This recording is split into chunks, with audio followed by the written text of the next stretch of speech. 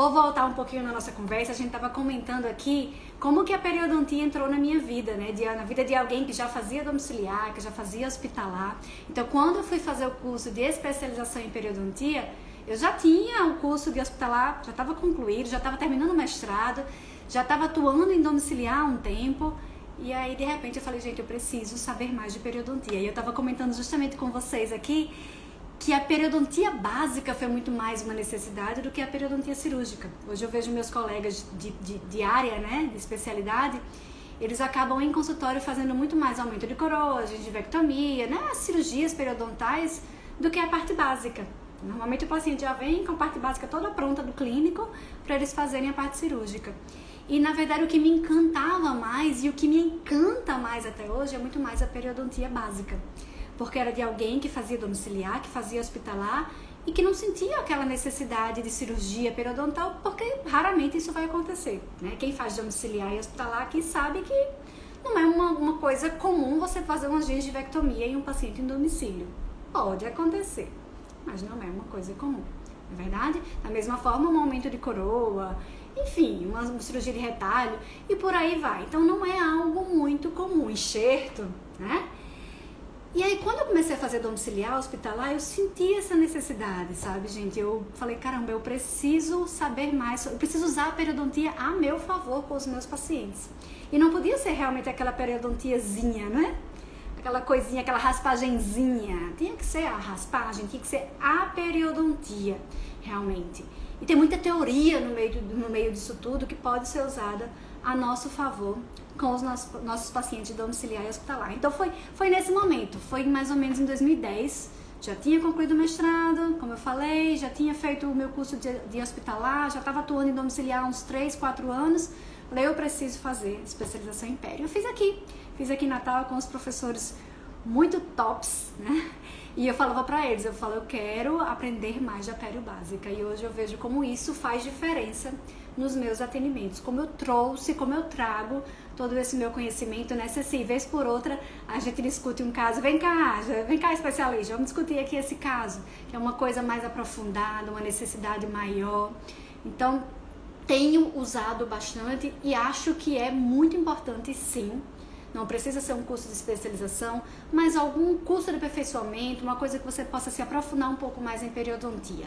Então, para quem faz domiciliar e hospitalar, sim, é muito importante. Sejam bem-vindos à nossa live de hoje, mais uma terça-feira, né, de 20h30, estaremos sempre aqui, hoje ainda pelo Instagram. A partir da próxima semana, se Deus quiser, a gente vai passar aqui para vocês direitinho. A partir da próxima semana estaremos no YouTube, estamos nos familiarizando mais com a ferramenta, é muito complexa, mas vai dar tudo certo, quem sabe até através da sede, já estaremos na sede fazendo esses momentos com vocês. Eu até estava comentando agora há pouco que teve uma aluna que disse, professora, para de chamar de live, que não é live, é aula. E às vezes a gente faz no modelo mais aula mesmo, né? Mas acho que essa de hoje é um bate-papo legal, uma coisa de trazer a experiência de quem sentiu na pele a necessidade de entender mais da periodontia para levar para os nossos pacientes de domiciliar e de hospitalar. Então, de fato, no nosso serviço, o que a gente mais faz é periodontia. Até porque, não lembro se eu falei isso quando vocês já não estavam me ouvindo da outra vez, mas até porque muitos pacientes, quando concluem o tratamento, eles ficam fazendo aquela manutenção periódica com a gente. Então tá lá a cada 3 meses, a cada 2 meses, a cada 4 meses fazendo a manutenção periodontal.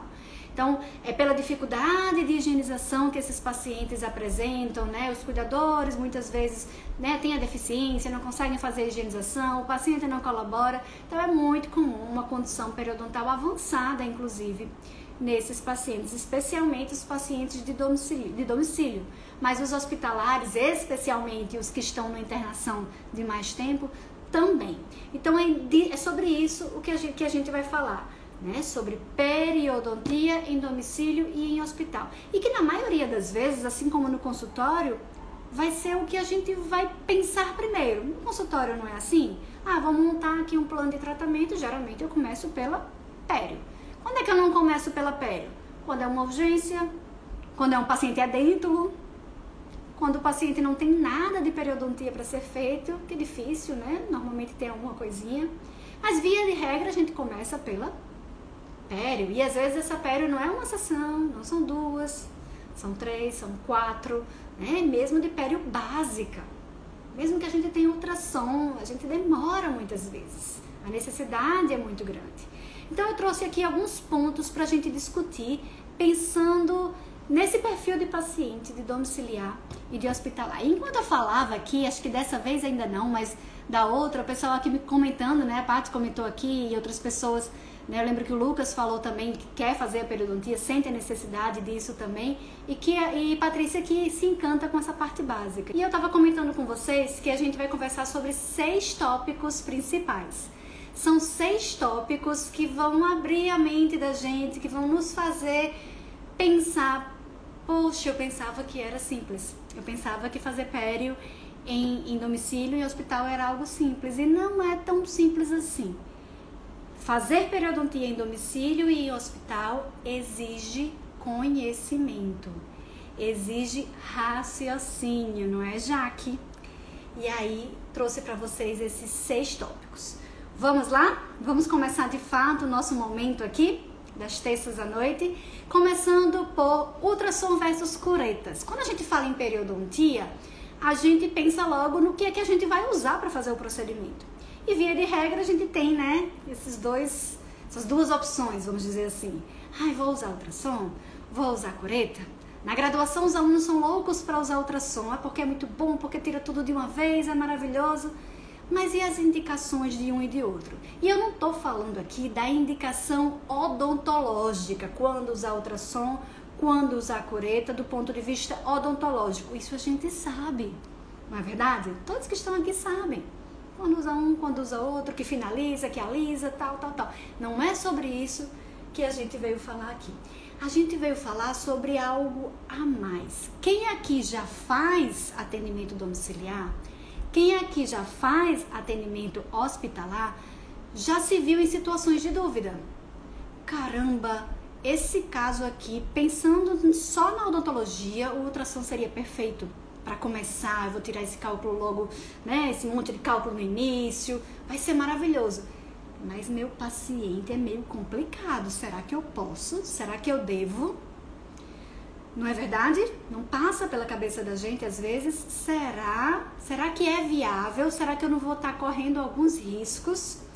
Então, quais são alguns pontos que a gente precisa levar em consideração na hora de decidir se, ao pensar em fazer tratamento periodontal em um paciente, se eu vou usar o ultrassom ou se eu vou usar as minhas curetas, né? Queridas. Muito bem. Claro, quantidade de cálculo, claro, o tempo de doença, etc, mas também, primeira coisa e a mais importante na minha opinião, o meu paciente é disfágico? Disfagia é um termo que, para quem já faz domiciliar, para quem já faz hospitalar, para quem já atende pacientes com comprometimento sistêmico, é um termo que já é comum, né? A gente sempre está ouvindo disfagia. Mas talvez existam aqui algumas pessoas que estão começando a enveredar nessa área, que estão começando a gostar da coisa, e aí essas pessoas se perguntam, né, o que é um paciente disfágico? Um paciente disfágico, se a gente for falar assim de forma bem direta, é aquele paciente que tem dificuldade para deglutir, para engolir, e faz aquilo de uma forma equivocada, atrapalhada. E aí eu vou lá e uso um ultrassom. O ultrassom, que claro, é usado com refrigeração. Tá lá a água. Preciso, né, daquilo dali. Não tenho como usar ultrassom sem refrigeração. Será que esse paciente ele não vai engasgar com aquela água da refrigeração? E será que aquela água não vai acabar descendo para os pulmões, que é o que acontece comumente com o paciente disfágico? Em vez daquela água, sem querer ser deglutida, em vez de descer para o trato digestório, em vez de ele deglutir, ele aspira, ou broncoaspira, como a gente chama. E aí aquela água, junto com saliva, junto com tudo que é contaminado que está ali dentro, vai para onde? Para os pulmões, e esse paciente acaba desenvolvendo uma pneumonia. A família liga para você, olha, você teve aqui ontem, antes de ontem, meu pai, minha mãe se internou. O médico disse que ele fez uma broncoaspiração e provavelmente foi durante o tratamento. Né? Você fala, ai meu Deus, será que eu devia? Então, uma das coisas que a gente tem que levar em consideração é isso. O paciente é disfágico. Ele sendo disfágico, eu não estou dizendo que eu não vou usar ultrassom, não é isso. Mas que eu tenho que pensar 2 vezes, eu tenho que analisar. E se ele for disfágico e eu achar que de repente é viável usar ultrassom, que tal eu usar um super sugador? Né? Tem uns sugadores aí portáteis que são top. Que tal se eu deixar o paciente o mais sentado possível no leito? Não atender ele completamente 180 graus? Que tal se eu atender com um auxiliar para me ajudar? Que tal eu ir fazendo aos poucos? Que tal eu diminuir um pouquinho a refrigeração? Então, alguns cuidados que a gente pode ter quando a gente entende que é viável usar ultrassom com o objetivo de evitar essa broncoaspiração, tá bem? Via de regra, paciente disfágico a gente não usa, mas em alguns casos, sim, com muitos cuidados. E algumas sugestões de cuidados são essas. Então, resumindo, paciente que é disfágico, que tem um risco maior para broncoaspiração e de repente eu entendo que é viável usar ultrassom, cuidado, vamos ter alguns cuidados importantes. Por exemplo, usar um sugador super potente, trabalhar a 4 mãos, de repente diminuir a refrigeração, fazer com calma, sentar mais o paciente na cama, no leito, na cadeira, onde quer que seja, tá? Mas via de regra a gente vai preferir usar as uretas, os instrumentos manuais. Os pacientes, de uma forma geral, gostam de ultrassom, né? Se sentem, parece que estão recebendo um tratamento mais VIP, uma coisa assim, mas às vezes não dá.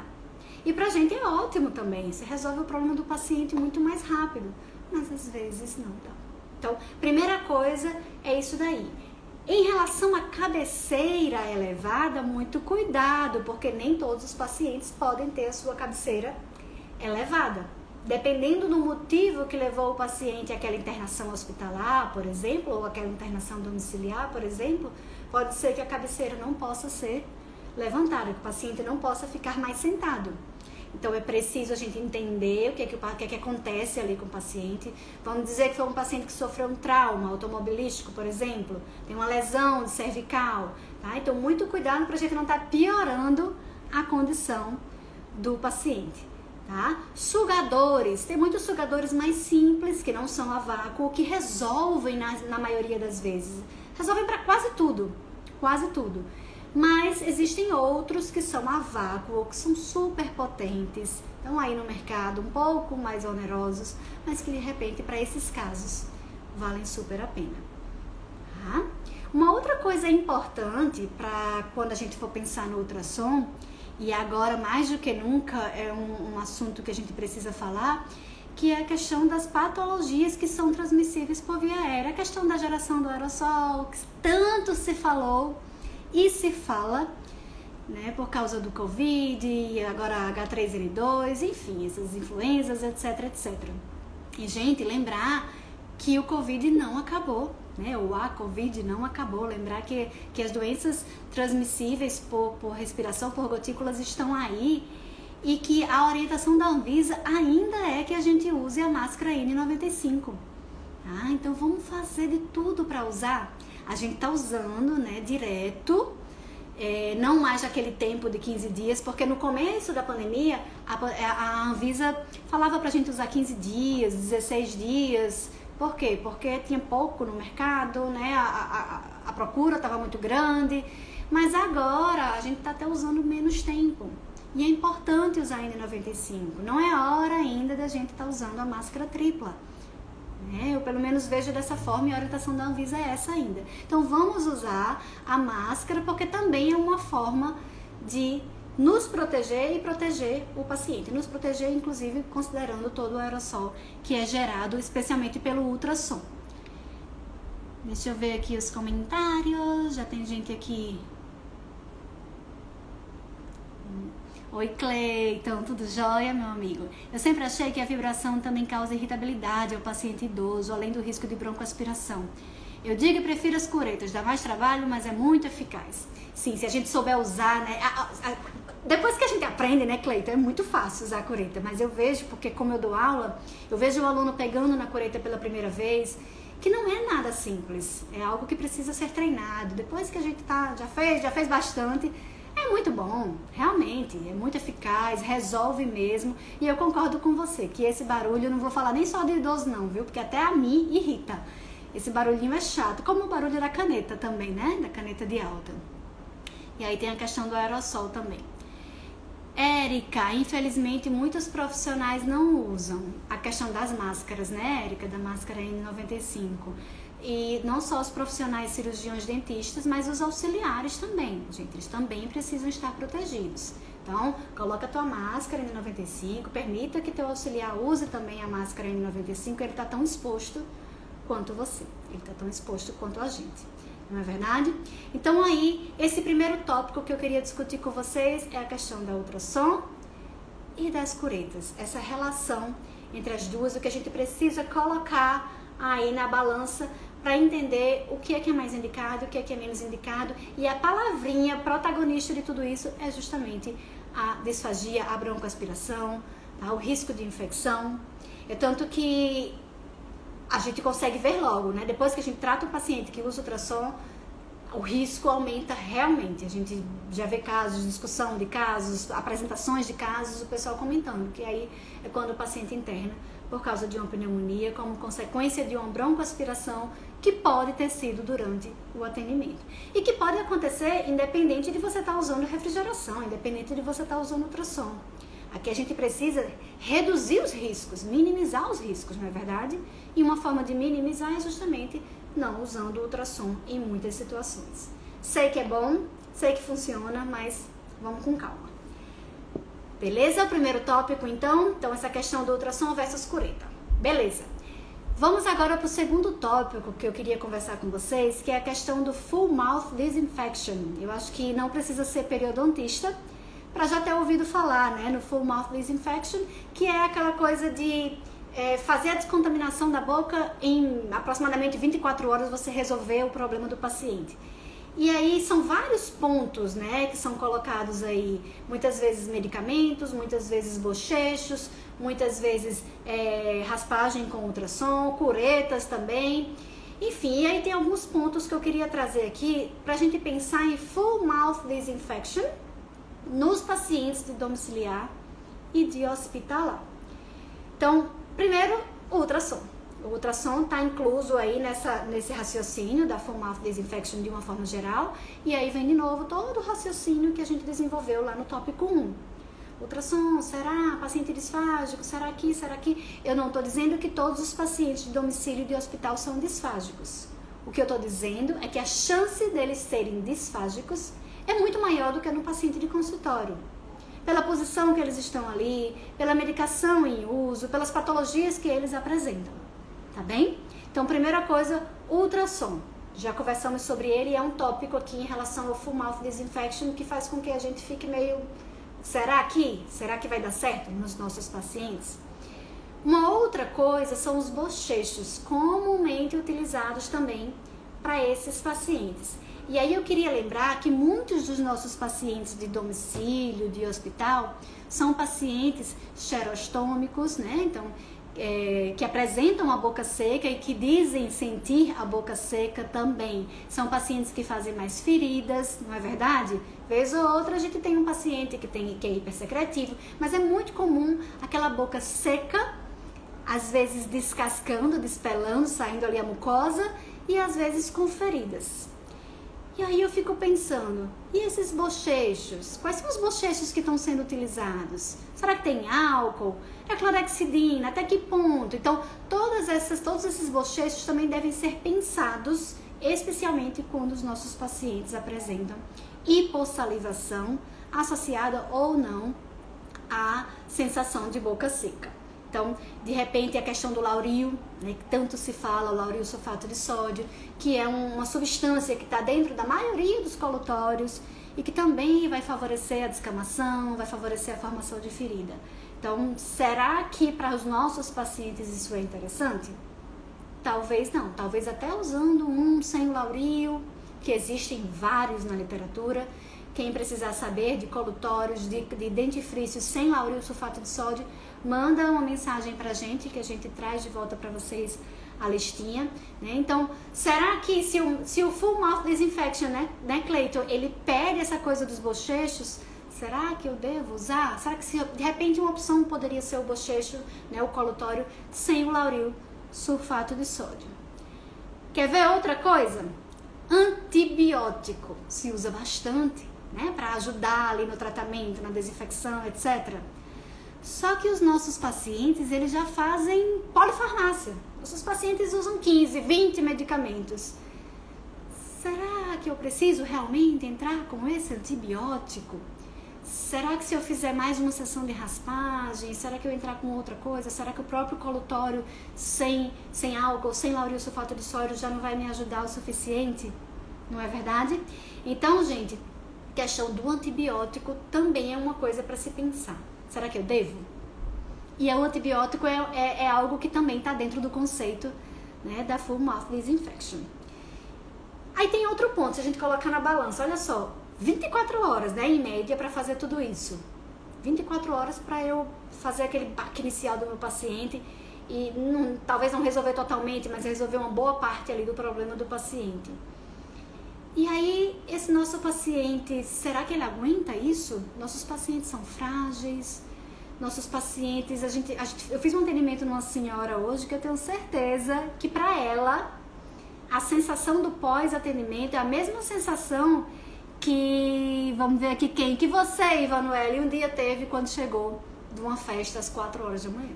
Sabe, assim, eu percebi quando terminou que ela estava cansada, não foi demorado. Meia hora, 40 minutos de atendimento. Mas quando terminou, ela estava cansada, parecia que ela tinha chegado a uma rave, né? Então, será que ela aguentaria eu estar lá amanhã de novo, sabe? Aquele tratamento intensivo, não é verdade? Esses pacientes, então, eles são frágeis, eles são debilitados. Os pacientes de hospital, então, são frágeis, são debilitados, não dá pra gente estar ali mexendo toda hora. Então, talvez a gente fique um pouco limitado nesse sentido, né? Por outro lado, né, ainda de novo colocando aqui na balança, olha só, muitos dos nossos pacientes são pacientes já edêntulos parciais, são pacientes com 4, 5 dentes, às vezes tem canino inferior só. Opa, meu problema é menor, são só 6 dentes para tratar, eu só tenho um periodonto ali, não tenho mais periodonto, o resto é gengiva, não é verdade? Então, às vezes, por ter menos dentes, de repente pode ser viável um tratamento mais voltado aí para o Full Mouth Disinfection. Tá bem, gente? E aí eu vou aproveitar para mandar um beijo aqui para esse povo que foi meu aluno. Meus alunos da faculdade, todo mundo aqui dando um oi. Ai, cadê vocês? Erileuza, Ivanuele. Legal, fico feliz de ver vocês aí. Lembrando, gente, que a gente tá com o curso de habilitação em odontologia hospitalar. Meu Deus, quantos e quantos alunos não me mandam mensagem há mais de ano? Professora, não vai sair, eu preciso. Gente, saiu, tá aí, inscrições abertas para o curso de habilitação em odontologia hospitalar. É um ano de curso, começa agora em março, vai até fevereiro do próximo ano. Já é nossa 3ª turma aqui e vai bombar, já tem um monte de professor confirmado, vai ser muito bom.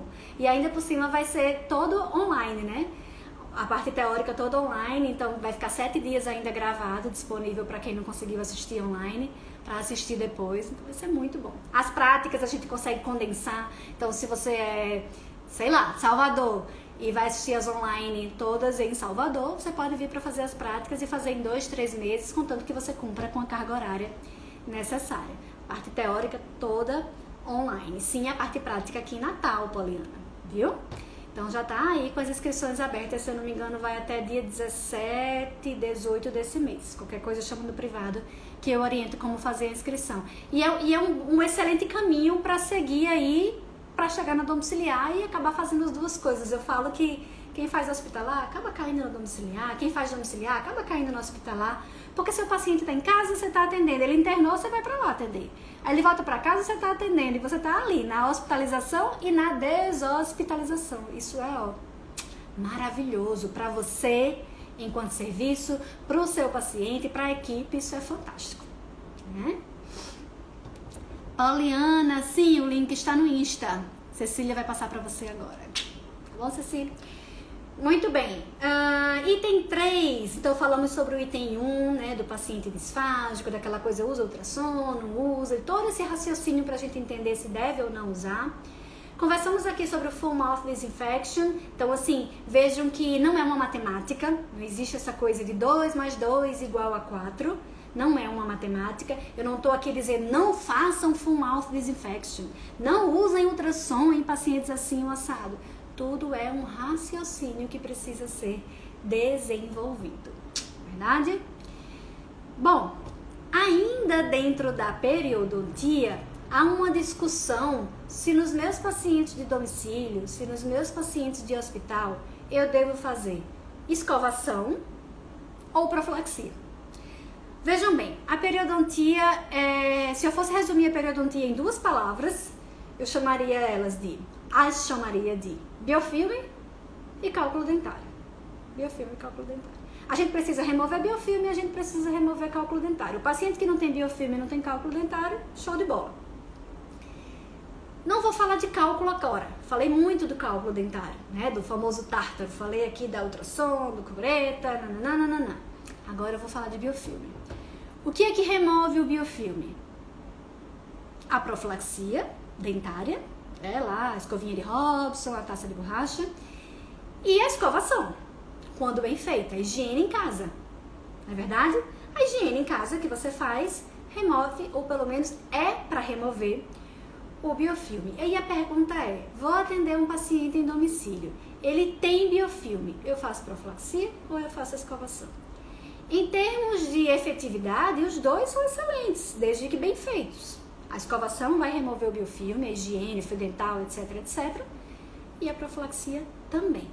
Por que é que nós, da H3 Odonto, via de regra, preferimos fazer a escovação, a higiene bucal? E aí eu me refiro àquele momento inicial em que você está conhecendo o paciente, que você está orientando o cuidador ou orientando o técnico de enfermagem lá no hospital, por exemplo.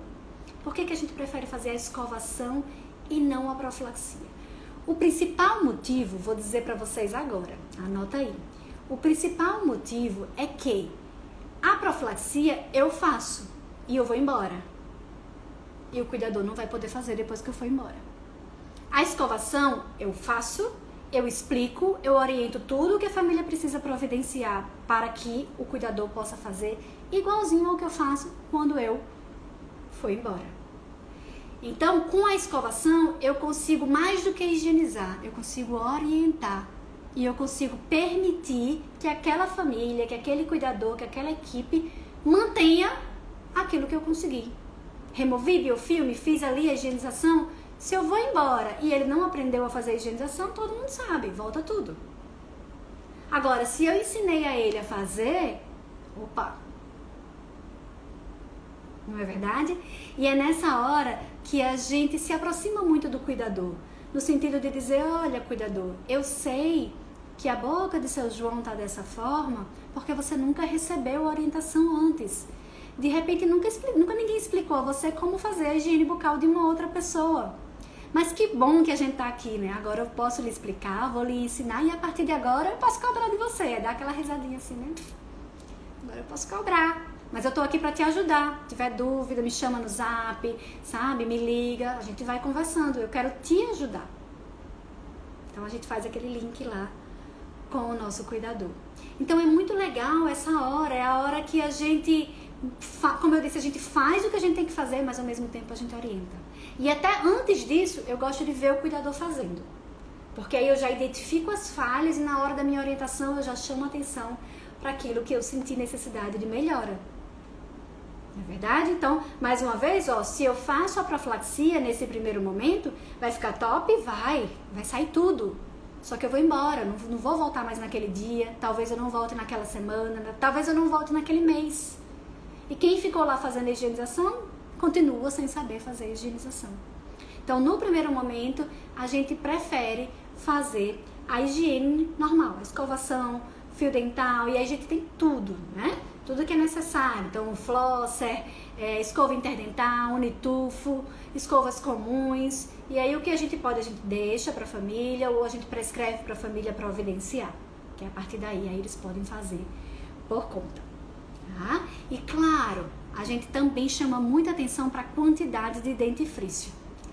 Gente, a gente que é dentista, a gente sofre com isso, né? Aquela propaganda lá das pastas de dente, onde o pessoal coloca aquela pasta tamanho do mundo, de ponta a ponta, lá na cabeça da escova, e aí a gente tem um trabalho de desmistificar aquilo, de explicar para o paciente, no nosso caso, muitas vezes pro cuidador, para a família, que tem que ser uma bolinha de ervilha. Quiçá metade de uma bolinha de ervilha. Para muitos pacientes é só, eu falo assim, gente, só suja a escova, só deixa a escova lá sujinha de pasta, de dentifrício. Por vários motivos, e também por causa dos nossos pacientes disfágicos. Quanto mais dentifrício, mais espuma, especialmente se eu estiver falando dos dentifrícios com lauryl sulfato de sódio. Mais espuma, mais água ali, mais líquido, mais chance de broncoaspiração. Então, de repente, de você fazer a higienização, se for necessário, com uma gaze ali próxima. Eu não gosto de usar o sugador, porque quando eu for embora não vai ter sugador para o cuidador usar. A menos que eles tenham na casa, mas via de regra não tem. Então eu gosto de usar a gaze mesmo, porque eu vou fazendo e vou mostrando. Eu vou eliminando ali aquela parte mais de excesso e vou fazendo sempre aos poucos, né? De uma forma que o paciente não broncoaspire, tá? Mas professora, eu posso fazer profilaxia em algum momento? Por exemplo, ao concluir um tratamento periodontal, uma raspagem básica? Pode, e muitas vezes não só pode como deve. Não é verdade? A profilaxia ela pode acontecer em outros momentos, pode acontecer nesse momento inicial também. É apenas uma sugestão nossa que seja feita através da higiene propriamente dita, para que o seu paciente possa receber os cuidados depois. Mas a profilaxia ela pode acontecer. E aí eu queria chamar a atenção aqui, teve alguém aqui que na hora de uma profilaxia com a taça de borracha, por exemplo, a taça já soltou da caneta de baixo e caiu na boca do paciente e você, ai meu Deus do céu. Porque a broca de alta, broca comum, não é tão fácil sair, né? Não, só se ela tivesse sido mal colocada mesmo. Mas a taça de borracha, mesmo bem colocada, acontece às vezes de ela soltar. E aí fica a dica de umas taças de borracha que existem um pouquinho mais caras, né? Enquanto uma tá 2 e pouco, ela já tá 6, 7, dependendo da marca, mas que não soltam. Tá? Então vale a pena a gente investir um pouquinho mais nessas taças de borracha, nessas escovas de Robinson, marcas melhores, pra gente não ter acidente. Mas pode sim, pode usar a taça de borracha de alta qualidade, pode usar a escova de Robinson de alta qualidade e da mesma forma que a gente faz com a escovação, durante a profilaxia eu estou ali também de olho na produção de saliva, na produção de secreção, na quantidade de espuma, tá? Colocando pouca pasta profilática, normalmente a gente coloca na mão. Quem faz domiciliar hospitalar sabe que às vezes não é tão tranquilo você virar, pegar algo na mesa, você tá ali com o paciente, é tudo muito rapidinho, tá? Então às vezes a gente coloca a pasta profilática aqui no dorso da mão para ficar mais fácil. E eu coloco no dente do paciente às vezes com o dedo, vou colocando aos pouquinhos, com o dedo mesmo, né? Na luva, lógico, ali e vou fazendo. E vou tirando o excesso e vou fazendo, e vou tirando e vou fazendo, e vou andando lá dentro da boca do paciente, tá bem? Mas pode sim usar. Tá bom, Josivaldo? Muito bem, deixa eu ver o que eu trouxe mais pra vocês aqui. Ninguém respondeu, né, sobre o acidente. Nunca ninguém teve esse acidente de soltar assim. Gente, já aconteceu comigo. Foi desesperador. Já aconteceu. Nunca aconteceu de deglutir, de aspirar, mas já aconteceu de cair na boca. E aí você fica naquele desespero, catando, né? E aí quando o paciente é um paciente que não colabora, é um paciente de Parkinson, de Alzheimer, é um paciente já bem idoso, aí a dificuldade é maior, a angústia é maior, o desespero é maior também. Não é verdade? Bom, e pra fazer, eu falei aqui da pasta profilática. Ó, Carla, já tive e faço a pasta no dorso da mão sempre. É de que todo mundo já passou, né, Jaque? Dentalarodonto, acho que deu. Dental Lara Odonto. Agora eu acho que eu captei. Legal. Show, Josivaldo. Obrigada. Muito bom, muito bom. Gente, tem mais uma coisa que eu queria trazer pra vocês. E aí eu vou abrir aqui. Aliás, tá aberto o tempo todo pra vocês fazerem comentários. Tem aqui uma caixinha. Deixa eu ver se tem alguém aqui que perguntou alguma coisa. Não é pergunta. Eu comentei aqui sobre a pasta profilática, né? E aqui a Carla comentou que faz no dorso da mão. Enfim, não precisa necessariamente ser pasta profilática. Pode ser a Pedra Pomes, por exemplo. Mas eu, particularmente, prefiro a pasta profilática para esse tipo de atendimento. Eu acho mais prático, né? Tá ali prontinha, já coloca na mão. Tem a questão do gosto, você está lidando com pacientes que já não colaboram, que já são difíceis, aí você coloca aquela coisa arenosa na boca. Não que todo paciente de domicílio e de hospital sejam, né, não sejam colaborativos ou sejam difíceis, mas a maioria não é verdade? Então, assim, eu prefiro pela praticidade, pela consistência também. A consistência da Pedra Pomes, ela fica muito mais líquida. Né? A pasta profilática ela é mais grossinha, é mais fácil de colocar na boca do paciente, é mais fácil de usar sem espalhar, sem fazer aquela bagunça lá dentro da boca do paciente. Então, não que não possa usar a Pedra Pomes, inclusive a pasta de dente comum, a dentifrício comum pode ser utilizado também. Também a pasta profilática é porque ela é mais densa, mais fácil de usar também. O paciente domiciliar com bolsa periodontal, para descontaminar a bolsa, você usa PDT? Você pode usar. Né? A terapia fotodinâmica ela pode ser utilizada em consultório, em domicílio, em hospital. Então, sim, a gente usa sim. Aliás, o PDT é um grande amigo nosso. Eu acho que ele veio assim para dizer, olha, você não é tão dependente de antibiótico como você pensava que era. Às vezes eu converso assim com alguns alunos que pensam que eu prescrevo o tempo inteiro. Gente, eu prescrevo muito pouco. Eu não estou falando de antibiótico só não, de tudo. Eu prescrevo muito pouco, eu seleciono muito bem, assim, com muita calma, com muita dedicação, o que eu vou prescrever e para quem eu vou prescrever. E aí, se você tem a terapia fotodinâmica, muitas vezes você evita o uso de antibióticos. Não é verdade, Jaque? Você usa bastante também? Paciente com candidíase que não resolve com o tratamento tópico, né? O que vocês indicam? Eu acho que existem várias medicações sistêmicas que podem ser utilizadas. O que eu uso bastante tópico também, antes de pensar no sistêmico, é o creme que a gente usa nas comissuras na prótese. E aí eu me refiro mais àquela candidíase por prótese total, que às vezes não melhora, o paciente faz bochecho, né? Coloca a prótese para higienizar, e aí a gente usa lá o Dactarin, né? Coloca lá no palato mesmo e a prótese em contato. Gente, tem um resultado fantástico. Experimentem fazer isso, porque a gente aprende muito para usar na comissura, porque ali fica, né? Claro, a gente não vai usar na língua, não existe essa possibilidade, ele é um creme. Mas para prótese, para o local da prótese, para palato é muito bom. E aí existem inúmeros, eu não tenho um preferido, né, dos sistêmicos. Normalmente eu até vejo se já não existe algum, porque é muito comum nos nossos pacientes já terem muitos medicamentos se necessários, prescritos se necessário. Então, se eu vejo se tem candidíase, eu já olho na prescrição se tem algum que já foi prescrito, que já está lá como se necessário, ou seja, se houver candidíase, e aí a gente já utiliza. Mas eu posso te dizer que é raro. A gente resolve a maioria com a anistatina, tá? Com o tópico. E aí o tópico, para quem não bochecha, a gente faz a aplicação com as bonecas, com a gaze. E é interessante porque às vezes as famílias têm pena. Já aconteceu isso com vocês? Eu lembro de um paciente que a candidíase não resolvia. Eu conversando com a filha, que é ela quem cuidava, depois eu percebi que ela molhava assim, sabe, com muita pena, a gaze, botava, porque na hora que ela tocava, a paciente mexia, ela ficava com dó e não passava. Ela não estava fazendo o tratamento. Não é verdade? Muito bem. Já que faz a PDT, antes de fazer a profilaxia antibiótica, você diz já que é a profilaxia dentária. Qual a profilaxia que você está? Profilaxia dentária, imagino. E aí, como eu disse, o PDT é uma mão na roda. O PDT, a terapia fotodinâmica, não só para as bolsas, mas para um monte de outras coisas, é uma mão na roda. Porque diminui a bacteremia. Então eu entendi seu raciocínio.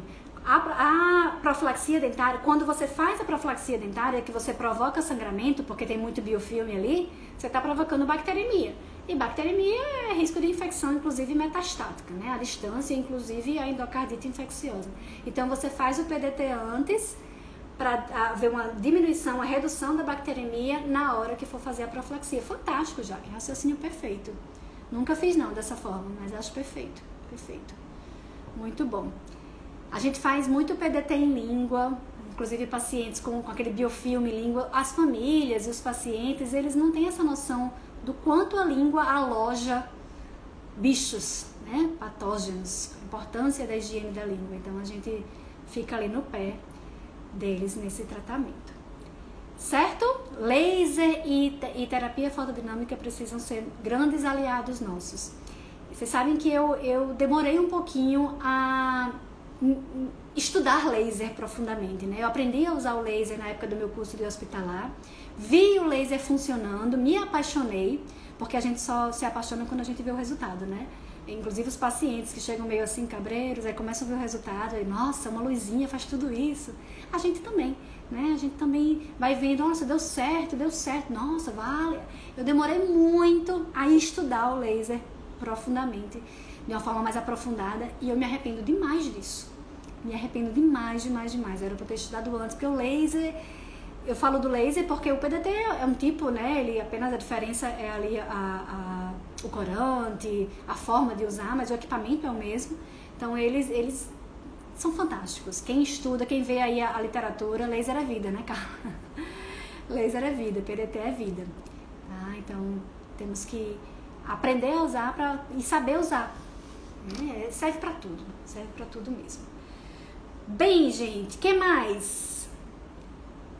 Por fim, ainda tem mais um tópico aqui para trazer para vocês, que é assim, temos que lembrar que o tratamento periodontal, não só a raspagem, mas tudo que envolve ali, né, a descontaminação, é um procedimento cruento. Tudo que você vai fazer ali vai sangrar. Mesmo que você use o PDT, né, para descontaminar um pouco, para diminuir a bacteremia, mas o sangramento está acontecendo, a bacteremia vai acontecer, não é verdade? E muitas vezes a gente está lidando com pacientes com comprometimento sistêmico. Vamos colocar isso na nossa cabeça. O nosso paciente de domicílio, ele está sendo atendido em domicílio porque por algum motivo ele não pode, ou não quer, ou não deve ir para o consultório. Vai ter aquele que não pode, ou melhor, aquele que não quer, tipo, não quero me expor, né, Covid, etc e tal. Mas a maioria das vezes é aquele que não pode, que não tem como. É aquele paciente totalmente dependente, que para levar é uma confusão e que a família prefere fazer em casa. E esses pacientes, eles são dependentes porque eles têm doenças que levaram àquela condição. Então são pacientes diabéticos, são pacientes hipertensos, são pacientes cardiopatas, são pacientes que usam, né, fazem uso de inúmeros medicamentos, são pacientes comprometidos sistemicamente. E a gente precisa saber lidar com esses pacientes, né? Lá vem hashtag não decore, aprenda a raciocinar. Mas é muito verdade. E de hospital, minha gente, se o de domiciliar é assim, e o de hospital? E os nossos pacientes de hospital que estão no hospital porque estão doentes. Muitas vezes uma doença que já vem se arrastando, ele apenas teve uma agudização de um processo e está lá. E aí você vai tratar, você vai fazer uma descontaminação, você vai fazer um tratamento periodontal. Posso fazer de qualquer jeito? Não. Preciso entender que aquele paciente tem, além de uma boca, ele tem um coração, ele tem uma pele, tem braços, tem pernas, tem um corpo, né? E que esse corpo está doente. Então eu vou precisar sim saber qual é a cardiopatia que ele tem, eu vou precisar sim saber quais são todos os medicamentos que ele tem, eu vou precisar saber de um geralzão dele, com que intuito? Com o intuito de evitar intercorrências do tipo hemorragia, do tipo infecção pós-operatória, do tipo, sei lá, uma arritmia cardíaca, do tipo uma crise hipertensiva, do tipo uma hipoglicemia. Eu tenho que saber lidar com esses pacientes. Então esse é talvez o que eu tô sempre falando, né? Assim, você sempre me vem falando sobre essa coisa, precisamos saber atender pacientes com comprometimento sistêmico. E aí alguém pode dizer assim, mas eu só faço consultório, no consultório não aparece. Não aparece? Aparece muito e cada vez mais. Porque os nossos pacientes doentes, eles estão cada vez mais controlados, eles estão cada vez mais tendo suas vidas normalmente. Eles vão para os consultórios fazer faceta, fazer clareamento, fazer tudo no mundo, implante. E imagine no domicílio e no hospital. Aí é que nós temos esses pacientes com comprometimento sistêmico. Então, é por isso que no curso de habilitação em odontologia hospitalar, a gente tem módulos voltados para comprometimento sistêmico. É por isso que todo mundo que faz o curso de domiciliar com a gente também me vê o tempo todo falando sobre isso. E é por isso que a gente tem cursos também voltados para essa coisa da parte sistêmica, da odontologia voltada para o paciente com comprometimento sistêmico. E aí Carla comenta aí, ó, não dou nem orientação sem ver prontuário médico. Tem uns filmes, né, eu já vi vários filmes que teve um agora recente, não me lembro agora, esses jovens residentes no hospital que querem ser o bambambam, que querem dar diagnóstico. E aí tem uma cena de uma moça, uma residente, conversando com um paciente e esse paciente fala para ela que está com muita dor, não me recordo qual o motivo. E ela já vai logo prescrevendo uma dipirona. E aí a médica, como é que eles chamam lá, auxiliar, enfim, assistente, né? Vê aquilo, chega perto, o que está acontecendo? Meu paciente está com dor, estou prescrevendo dipirona. Aí ela mostra o prontuário, alérgico a dipirona, bem grande, né? Ela ia matar o paciente. Então, assim, a importância do prontuário, não só por isso, né, Carla, mas por N outros motivos. A gente tem que ler o prontuário, tem que saber quem é que está ali na nossa frente. Eu chamo a atenção, às vezes, quantas e quantas vezes a gente não está ali atendendo o paciente e se alguém chegar do teu lado e perguntar assim, o que esse paciente tem? Você vai saber responder no ato, ele tem isso, estou falando de odontologia não, estou falando de comprometimento sistêmico. Porque o tempo todo que você está atendendo ali, você tem que estar em mente, eu estou atendendo um paciente que tem diabetes, cujos exames estão assim, assado. Estou atendendo um paciente hipertenso, a pressão dele inicial deu essa. Eu não posso, sabe, não pode acontecer de alguém me perguntar e eu dizer, peraí, estou na dúvida, olha aí no prontuário. Estou atendendo e estou sabendo quem eu estou atendendo, porque na hora da intercorrência eu não vou poder olhar no prontuário, não. Tem que estar na minha cabeça que aquele paciente tem isso, isso e aquilo outro. Tá bem, gente? Era isso que eu queria trazer para vocês, foram 6 tópicos, só relembrando. Conversamos sobre ultrassom versus cureta, qual o mais indicado para qual tipo de paciente. Conversamos sobre full mouth disinfection. Conversamos sobre escovação dentária ou profilaxia, o que seria mais indicado. Também sobre, no caso da profilaxia, seria pasta profilática, pasta comum ou pedra pomes. Conversamos também sobre os riscos da profilaxia, aquela coisa do aumento, né, de saliva, de secreção, do aumento também de espuma, do risco da taça de borracha soltar, do risco da escova de Robson faltar. E por fim, falamos aqui da lembrança de que é um procedimento cruento. A gente sempre pensa em procedimento cruento, a gente sempre pensa em cirurgia. Sim, claro, cirurgia também. Mas tratamento periodontal, a raspagem periodontal básica é um tratamento cruento também, tá? E aí levo a vocês essa reflexão de todos esses cuidados. Obrigada pela presença de todos. Quem fez print, posta e marca a gente. Quem não fez, faz agora, já tá valendo. Obrigada pela presença de todos. Tenham todos uma excelente noite. E lembrando que próxima terça-feira tem mais. A gente lembra aqui a vocês durante a semana. Provavelmente já no YouTube, se Deus quiser. Beijo. Bom descanso para todo mundo. Tchau, tchau.